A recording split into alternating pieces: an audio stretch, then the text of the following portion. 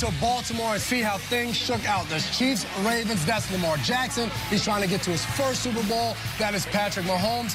Been there, done that. Can he get back? All right, this is the first quarter here. This is after a big fourth down pickup where he hit Kelce. Now he finds him in the corner of the end zone, an absolute dime. There's Taylor Swift celebrating her boyfriend. That connection, Travis Kelce letting us all know, we're here, we do that. That is Patrick Mahomes. He is a hard man to stop. Ensuing Ravens possession, Lamar has the ball, breaks a tackle, moves around in the pocket, chucks this one deep to Zay Flowers, 30-yard touchdown. Remarkable was what Iron Eagle said. There's swag surfing in the end zone. See, Taylor, we can do it too. That's Leo Chanel. He is 6'3", 250 pounds, and Lamar just shrugs him off and throws the ball deep like nothing. 7.5 seconds he held on to the ball that possession. This point felt like it's going to be the greatest game of all time. Oh, my goodness. It's going to be a party. I can't wait. Let's get to it. All right, second quarter here. Patrick Mahomes, he has the ball. He's 11 for 11 completion-wise to start this game off. In the pocket, who do you think he's going to? As he moves around, he's like, all right, Lamar, you can do it, I can do it as well.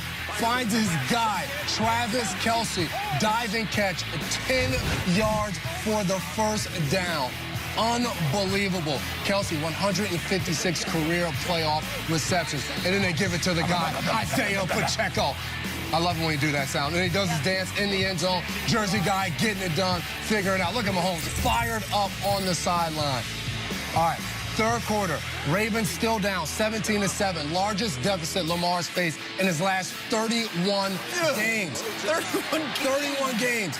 Finds his guy, Zay Flowers, down there in the corner. He's rolling around. Can he get to the end zone? Let's go down, Zay. No. L'Jarius Sneed makes the tackle. And you see right there, pushes off, spins the ball. He's flagged for taunting. They're going to call that every time. Yes, they are. That is, you might as well leg drop them. Come that on, is taunting. You cannot do that. Ravens fans, you can complain about officiating. This did not decide the game. All right, a few plays later, though, he finds Zay Flowers again going into the end zone. Ball is punched out by L'Jarius Sneed, recovered by Trent McDuffie. Take another look. Reaching for the goal line. Sneed makes the play. McDuffie gets it back. The big turnover. Zay was pissed off. Lamar was talking to him on the sideline. Everybody calming him down. All right, next Ravens possession. They get another chance. Lamar throws it up, intercepted by Deion Bush. Take another look at this one. It is an absolute DB meeting room down there where Lamar throws the ball. Likely throws his hand up. No idea why, because there are a ton of Chiefs defenders down likely there. do with a hand up? I don't know. Why is Lamar throwing that? Bad throw. Chiefs take advantage of it, and they make the interception. All right, last chance. Third down and 9. And Marquez Scantling, 32 yards. Crucial point in the game. Trust that Mahomes has. He throws it up. That's Chris Jones grabbing on his head coach, Andy Reid. Oh, my God. 4th Super Bowl appearance in the last 5 seasons by these Kansas City Chiefs. An unbelievable effort on the road in Baltimore, and the Chiefs win 17-10. Here's Patrick Mahomes and Travis Kelce during the trophy ceremony. What's it feel like, guys? I knew going on the road we were going to be okay. We got a lot of dogs in that locker room. And those guys came to play today, defense, offense, special teams.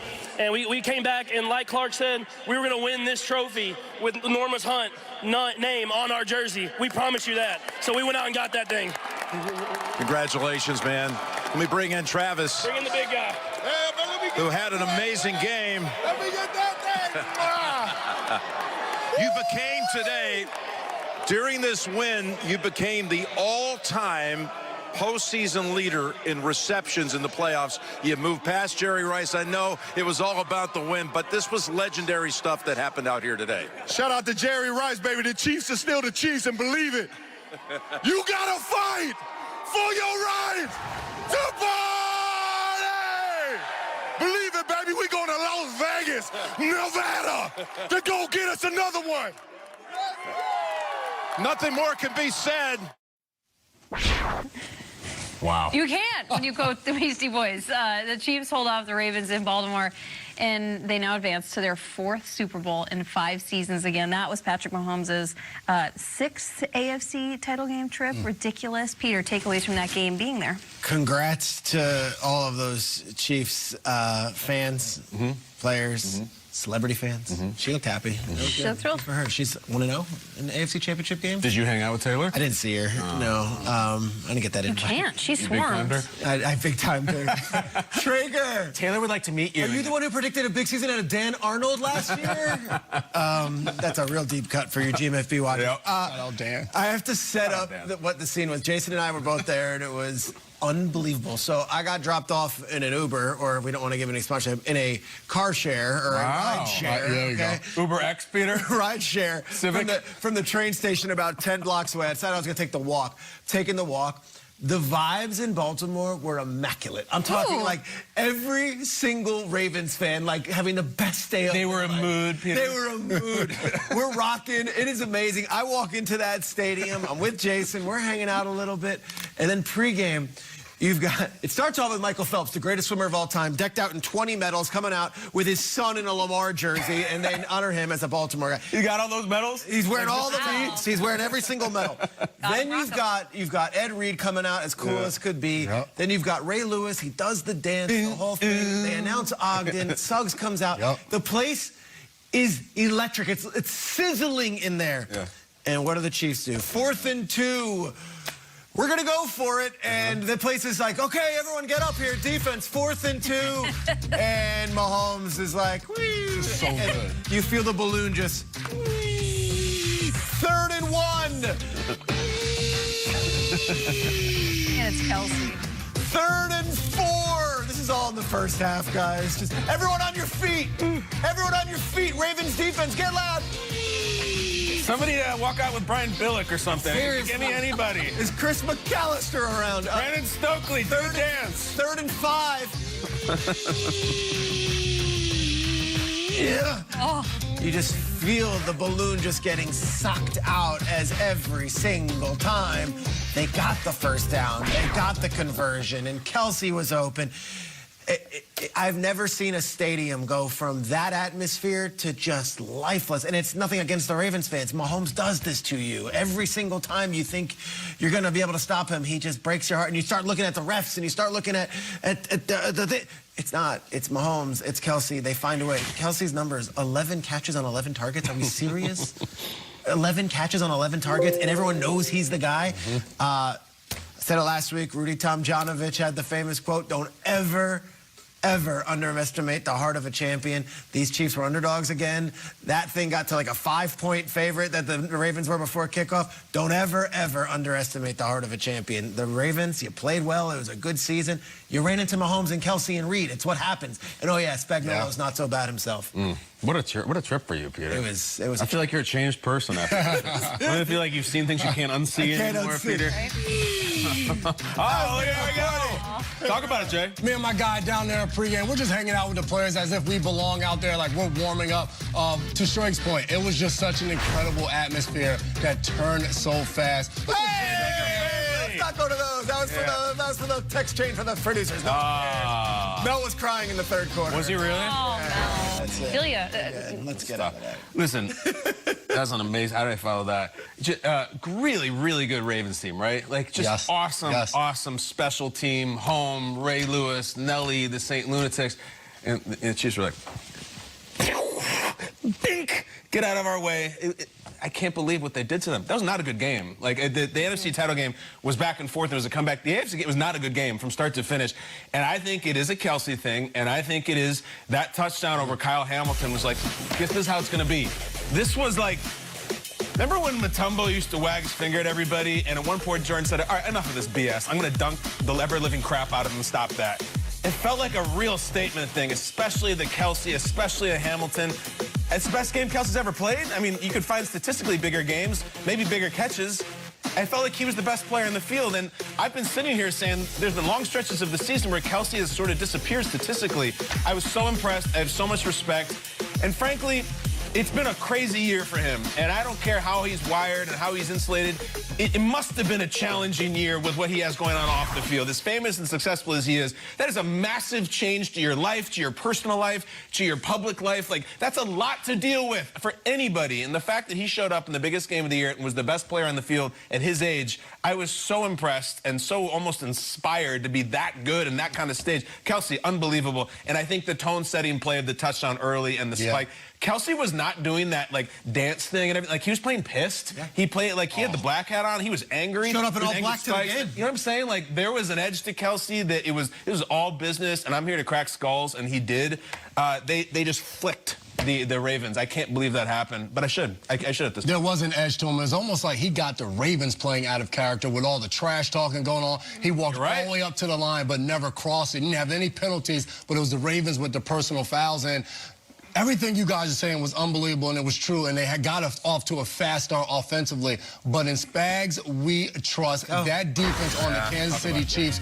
They played so well, and that's Eric Reid donning the shirt. In Spags, we trust because of how well they played and how hard it was for the Baltimore Ravens offense to do anything. Now, we saw some remarkable plays from Lamar Jackson. We saw plays from Zay Flowers, but those came so few and far between. From a play-in and play-out standpoint, every time Lamar got the ball, it was never out of his hands quickly. It was never a quick process and get the ball out and know exactly where I'm going to go with it. They made things so difficult. The running backs for the Ravens had 6 carries between both of them, Justice Hill and Gus Edwards. Lamar had 8 carries himself. They couldn't run the ball. They decided not to run the ball. They dropped back and threw it so many times, and they just couldn't get anything going. He decided to blitz Lamar. He hit home with it. Spagnuolo was on his job yesterday, and he did such a good job, not only preparing these guys, but going out there and actually executing once the plan was in place. I was so impressed throughout that entire game. This was the number 4 scoring offense in the NFL for the Baltimore Ravens. They had 10 points.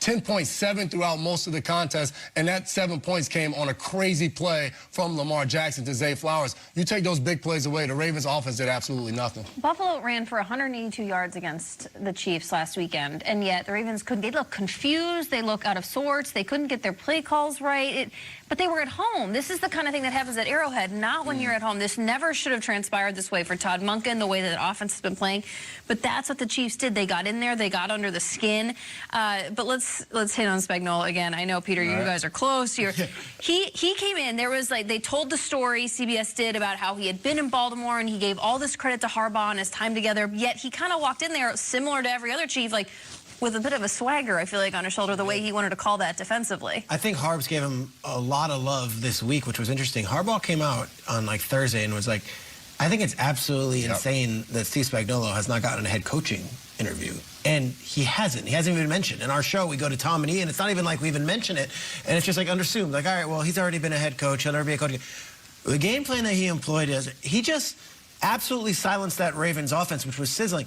Ravens running backs had 5 carries yesterday. The entire game. 5 carries. They didn't do that because they didn't want to run the ball. They did it because Spagnuolo's defensive scheme forced them into that situation. You're the defensive guy, not me.